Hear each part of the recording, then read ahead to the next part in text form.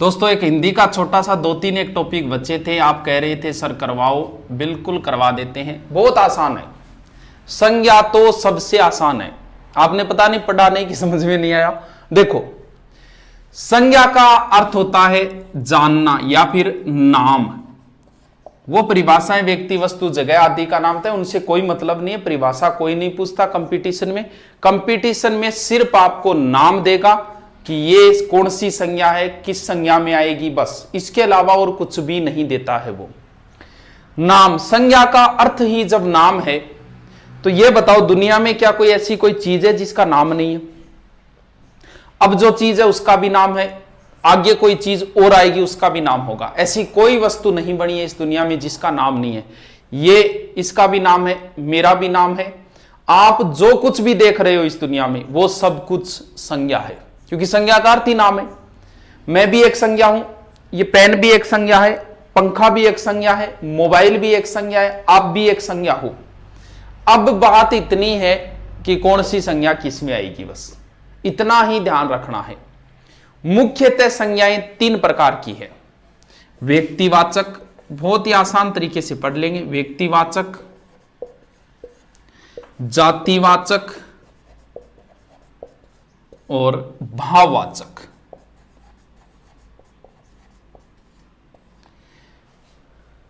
थोड़ा सा एक हिंट पकड़ेंगे, उस एक हिंट से ही हम सारी की सारी संज्ञा निकाल लेंगे। आप ऐसा करना, आपको तो नाम देगा वो कि ये किस संज्ञा में आएगा। व्यक्ति, आप व्यक्ति के आगे एक लगाओ कि भी एक व्यक्ति है, लगा सकते हो। भाववाचक को एक बार छोड़ो। जाति, भाई जाति तो बहुत है, जैसे अनेक जातियां हैं, जाट है, राजपूत है, कुम्हार है, चारण है, बहुत जातियां हैं।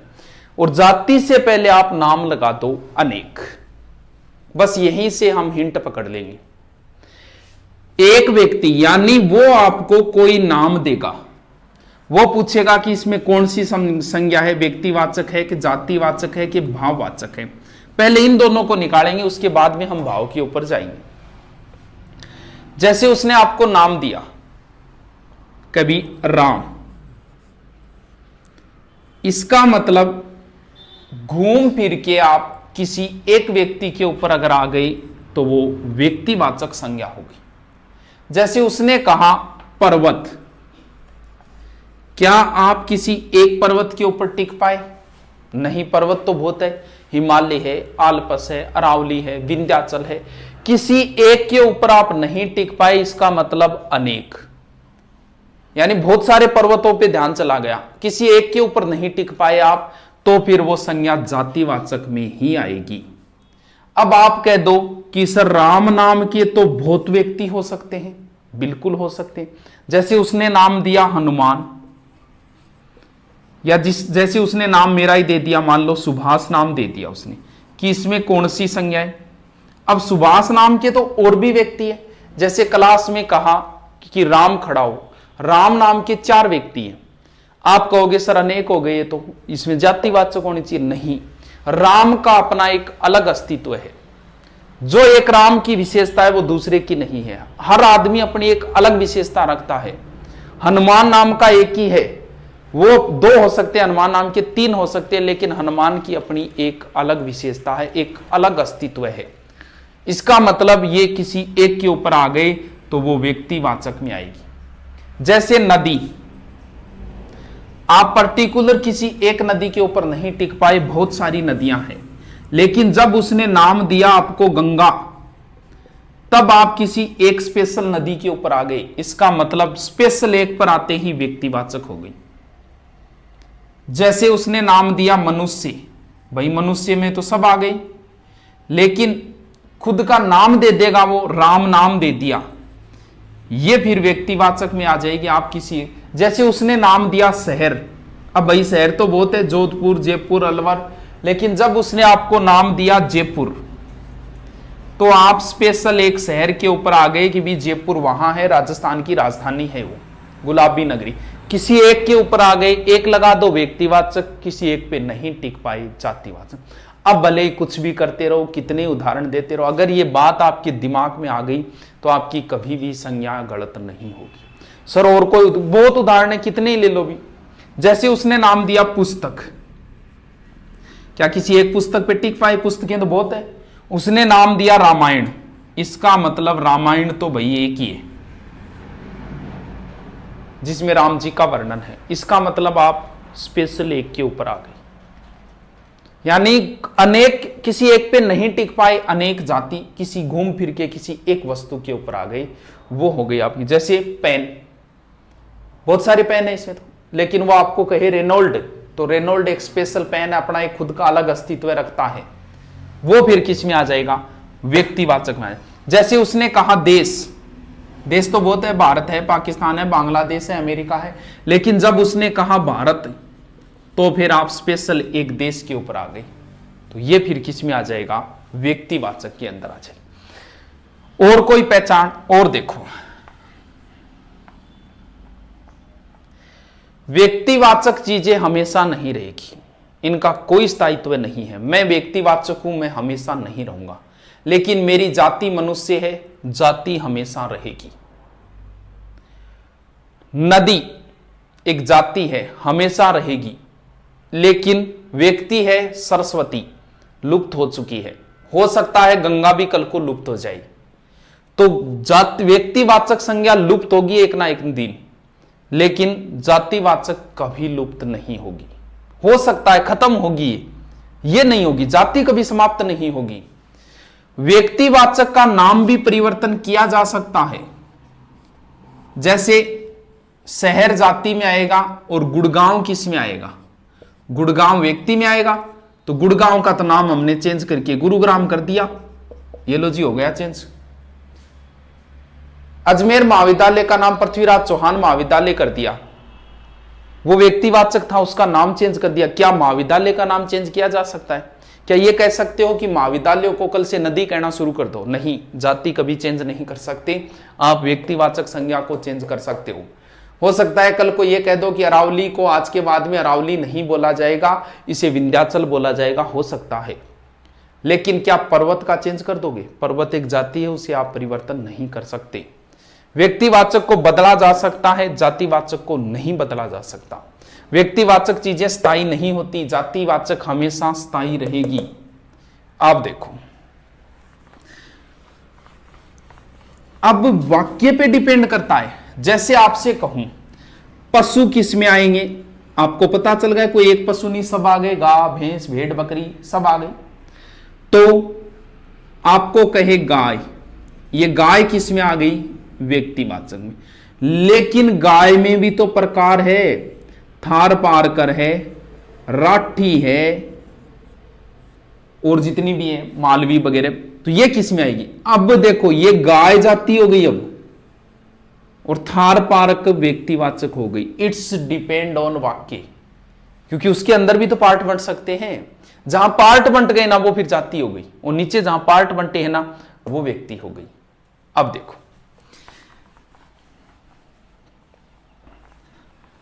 जैसे अब मैं आपसे सीधा पूछूंगा कि बताओ भी विभीषण किस में आएगा? आप कहोगे विभीषण एक है, व्यक्ति में आएगा, बिल्कुल सही है। मैं आपसे पूछूं रावण किस में आएगा? आप कहोगे रावण एक है, व्यक्ति में आएगा। मैं कहूं सीता किस में आएगी? तब आप कहोगे सीता एक है, इसका मतलब सीता किस में आएगी? व्यक्तिवाचक में आएगी। ठीक है, अब देखो क्या चेंजिंग होगी इनमें। एक अपने सत्यवादी हरिश्चंद्र ले लेते हैं। हरिश्चंद्र किस में आएगा? आप कहोगे सर व्यक्तिवाचक, लेकिन जब वो वाक्य में देना तब संभल कर जवाब देना। मैंने आपको इतना ही बताया है कि आप अगर एक के ऊपर टिके हो तो व्यक्तिवाचक होगी, अनेक के ऊपर हो तो जातिवाचक होगी, इसके अलावा दिमाग मत लगाना। आपको विभीषण दिया, आप किसी एक विभीषण के ऊपर आ गए जो रावण का भाई है या फिर कोई और है, लेकिन जब वो वाक्य में देना, देश में विभीषणों की कमी नहीं, इसका मतलब यह हो गया ये विभीषण अब एक नहीं रहा है। अगर किसी व्यक्ति के गुण वाले अनेक व्यक्ति हो जाते हैं तो वहां जातिवाचक हो जाती। क्या अब एक विभीषण रहा है? क्या विभीषण बहुत हो गए? अब आज भी रावणों की कमी नहीं है। इसका मतलब ये अब एक रावण नहीं रहा है, कई। अगर वो ये कहे ना कि लंका का राजा रावण था, यहां रावण कौन सी संज्ञा, यहां रावण व्यक्तिवाचक, आप एक ही रावण के ऊपर टिके हुए हो, लेकिन अब रावण के गुण रखने वाले कई व्यक्तियों की बात कर रहा है, अब जातिवाचक आएगा। देश में घर घर में सीता व सावित्री रहती है, अब सीता और सावित्री के गुण रखने वाली सभी महिलाओं के बारे में जिक्र है ये, इसका मतलब अनेक पे चले गए, ये जाति हो गई।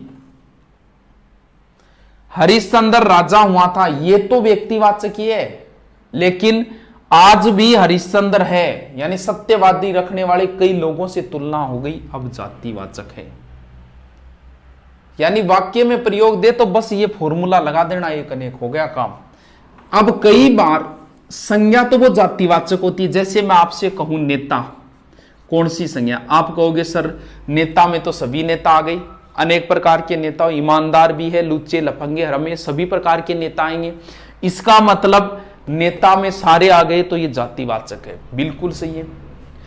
अब मैं आपसे कहें गांधी, तो गांधी भी एक जाति है, जैसे राजपूत है, जाट है, वैसे ही गांधी भी एक जाति है, इसका मतलब ये जातिवाचक में आएगा।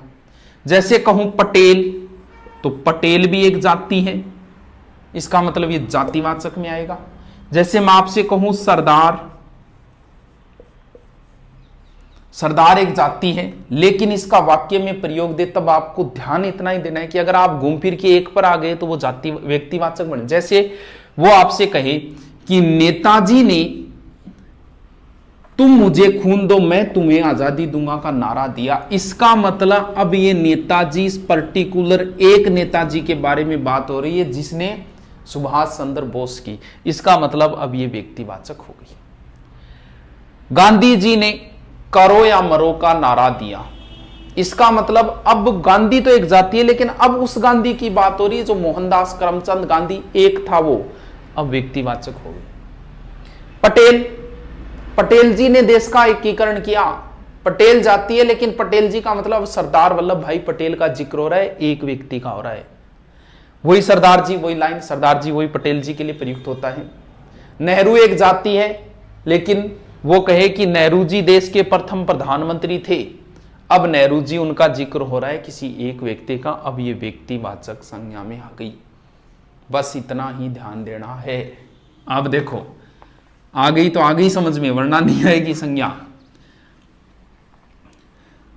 जातिवाचक संज्ञाओं के दो प्रकार है, इंग्लिश में चलती है ये, लेकिन हिंदी विद्वान भी इसको कर देते हैं।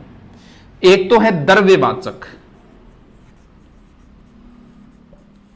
और दूसरा है समूहवाचक या समुदायवाचक। समूहवाचक है तो इसी के प्रकार, जैसे द्रव्य, एक तो होता है द्रव्य और एक होता है द्रव्य, दोनों में अंतर होता है। द्रव्य तो ओनली लिक्विड आता है, जिसमें पानी है, तेल है, घी है। द्रव्य के अंदर सभी पदार्थ आते हैं, जो साइंस में पदार्थों की तीन अवस्थाएं होती है, ठोस, द्रव्य और गैस, वो तीनों आती है द्रव्यवाचक। तो इसका मतलब वो सारी चीजें जिन्हें नापा तोला जा सकता है या हमारे शरीर के लिए उपयोगी होती है, वो सारी द्रव्यवाचक में आती है। जैसे सोना, चांदी, तेल, पानी, लोहा, ये सब द्रव्यवाचक संज्ञाएं हैं। अब सर पर्सन, जैसे वो आपसे कहे सोना है, कौन सी संज्ञा है, व्यक्ति है कि जाति है कि भाव है या कोई नहीं, तब तो उत्तर हो जाएगा जातिवाचक। अगर वो आपसे कहे सोना है, व्यक्तिवाचक, जातिवाचक, द्रव्यवाचक, भाववाचक, तब उत्तर हो जाएगा द्रव्यवाचक, क्योंकि जितना पर्टिकुलर आप एड्रेस दोगे ना उतना ही सही माना। जैसे वो आपसे कहे कि पुष्कर झील कहां है, उसमें ऑप्शन है राजस्थान, मध्य प्रदेश, झारखंड और, तो उत्तर राजस्थान होगा। अब वो आपसे कही पुष्कर झील कहां है, राजस्थान, अजमेर, एमपी, तब उत्तर अजमेर होगा, राजस्थान नहीं होगा। जितना पर्टिकुलर आप एड्रेस किसी का दोगे, सही दोगे, वो उत्तर इतना सही माना जाता है। अब हमेशा देखो जातिवाचक संज्ञाएं हमेशा बहुवचन में होगी, क्योंकि अनेक तो बहुवचन है, लेकिन द्रव्यवाचक संज्ञाएं कभी बहुवचन में नहीं। जैसे सोनो, कभी सुना है क्या, सोना, बहुत सारा सोना पका है, सोनो पड़े, पानी कभी पानो की सुने हो, पानी पानी है, चाहे थोड़ा हो चाहे ज्यादा हो। लोहे कभी सुना है, लोहा लोहा ही होता है। यानी ये कभी बहुवचन में ऐसे ही आते हैं, चाहे एक वचन आए चाहे बहुवचन आए। समूहवाचक, नाम से पता चल रहा है समूह का अर्थ, आपको ऐसा शब्द जे जिसमें एक चीज नहीं कई चीजें आई, समूह का बोध कराए। जैसे आगे से कोई एक फौजी जा रहा है, क्या हम ये कहेंगे फौज जा रही है? नहीं, हम तभी कहेंगे जब 10, 15, 20 फौजी जाता, कभी सेना जा रही है, यानी सेना बहुवचन में आ गया। एक पुलिस वाला जाए तब हम नहीं कहते पुलिस जा रही है, कई पुलिस आ रहा तब हम बोलेंगे पुलिस जा रही है। पुलिस एक समूह का बोध कराती है। परिवार, एक जनों रहते बिन कांगेट परिवार रह रहे हैं, परिवार के अंदर सब आएंगे, अकेला नहीं आएगा परिवार में। कक्षा, सभी आएंगे, ये समूह का बोध कराती है कक्षा। जुलूस, जुलूस को मतलब जुलूस 5 जना जा रहे हैं, 5 व्यक्तियों को नहीं बोले जुलूस जा रहा है, भीड़ को बोलते हैं पूरी को। और भीड़ भी समूह का बोध कराती है जिसमें बहुत सारे लोग हो। समिति, समिति में कोई अकेला व्यक्ति नहीं होगा, कई व्यक्ति होगा समिति के अंदर। तो जो समूह का मंडल है, गुच्छा है, ये सारे किस में आएंगे? समूहवाचक में आएंगे। लास्ट बचा भाववाचक, कोई समस्या नहीं। भाव होते हैं, इमोशन होते हैं। भाव तो सिर्फ, इमोशन तो सिर्फ महसूस किए जाते हैं, ना इन्हें तोल सकते हो, ना ही इन्हें नाप सकते हो। जैसे आपसे कोई कहे कि मैं आपसे बहुत प्यार करता हूं, प्यार करती हूं, तो क्या आप ये कहोगे कि ला प्यार निकाल के दिखा मैं तोलूंगा कि तोके? क्योंकि ये तो महसूस करने की चीज है। प्रेम ये एक भाव है, इसे महसूस किया जाएगा। मैं तेरू घृणा करूं, घृणा करूं तो कितनी करे, नाप कौन सा? ये तो महसूस की जाएगी भाई साहब कितनी कर रहा है वो। इसके अलावा बात करें क्रोध, बहुत ही क्रोध आए तो कोई नाप पीछेगी क्रोध, कितना मीटर को क्रोध आयो, तो ये चीजें महसूस की जाती है। ईर्ष्या, अगर किसी शब्द के अंत में प्रत्यय लग जाता है तो वो संज्ञाएं लगभग भाववाचक हो जाती है। राम एक जातिवाचक है लेकिन रामत्व एक भाववाचक है। कृष्ण एक जातिवाचक है लेकिन कृष्णत्व एक भाववाचक है। बुरा से हो गया बुराई। अब देखो, भाववाचक संज्ञा हमेशा ही एक वचन में आएगी, अगर बहुवचन में हो जाती है तो वो जातिवाचक में चला। जैसे बुराई एक भाववाचक है लेकिन वो कहे कि बुराइयों से बचो, अब बुराइयां बुढ़ सारगी होगी, ज्यादा होगी, एक से ज्यादा हो गई, ये जातिवाचक संज्ञा में आएगी। बस सबसे आसान टॉपिक, निश्चित प्रश्न आता है, अब अभ्यास करो, आपका गलत नहीं होगा। आग लगे जल्दी डाल देंगे, नो टेंशन, ठीक है।